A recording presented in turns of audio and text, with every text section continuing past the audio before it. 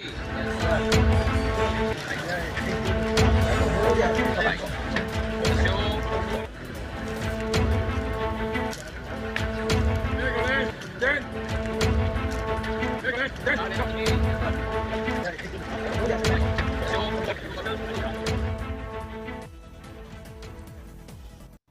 मंत्री ज्योतिरादित्य सिंधिया का भोपाल दौरा प्रस्तावित। केंद्रीय मंत्री ज्योतिरादित्य सिंधिया का यह दौरा बेहद खास ही माना जा रहा है। एक खास चर्चा यह है कि केंद्रीय मंत्री ज्योतिरादित्य सिंधिया की मोहर के बाद ही भाजपा प्रदेश अध्यक्ष का नाम तय होगा।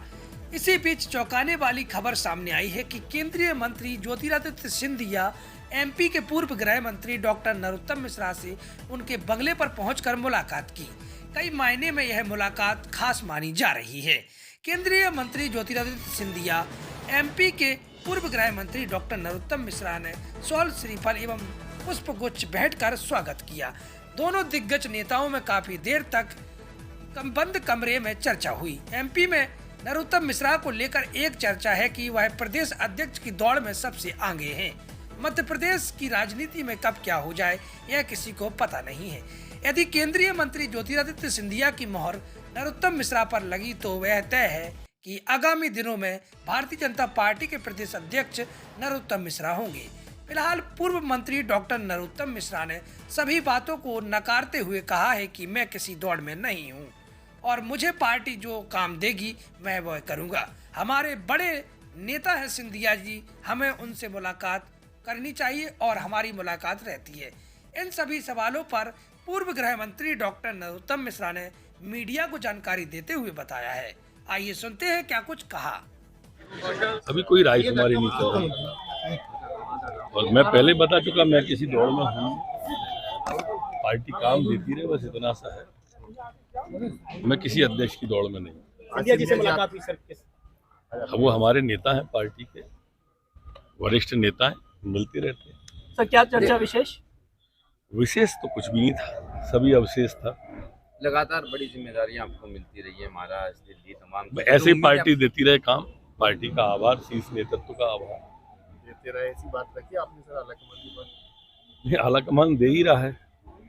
ज्वाइनिंग का दिया पहले चुनाव के बाद में, फिर महाराष्ट्र दिया, फिर दिल्ली दे दिया। बम्बई दिल्ली में हूँ। सर क्या समझा जाए इन मुलाकातों को? राज्यपाल से भी मिले, बगल में करण जी से भी मिले, आपसे भी मिले, क्योंकि वो हमारे नेता हैं, चर्चा है। आते हैं तो जाते हैं कहीं ना कहीं। कांग्रेस लिंगर पार्टी ऑन सर हो रहा है, एक लेकिन सवाल- प्रदेश अध्यक्ष का मैटर लगातार बात हो रही कि अब होगा, अब होगा। संगठन की प्रक्रिया है। बूथ समिति हो गई, मंडल हो गए, जिला हो गया, प्रदेश होगा, दिल्ली है, जरा दिल्ली निपटे।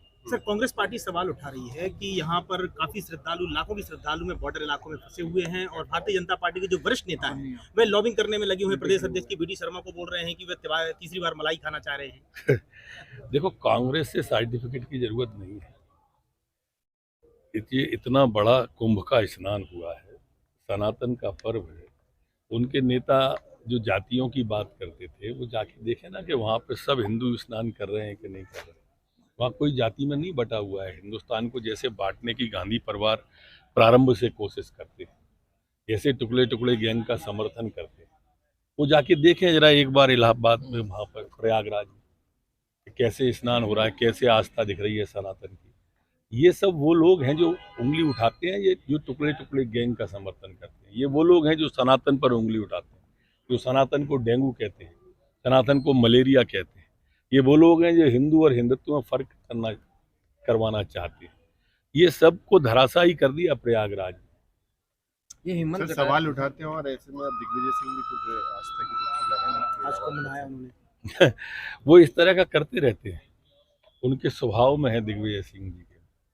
दोनों नावों पे पैर रख के चलते रहते हैं और फिर थोड़े दिन बाद में उन्हें उज्जैन के अंदर पाकिस्तान जिंदाबाद का नारा, काजी साहब जिंदाबाद सुनाई देने लगता है।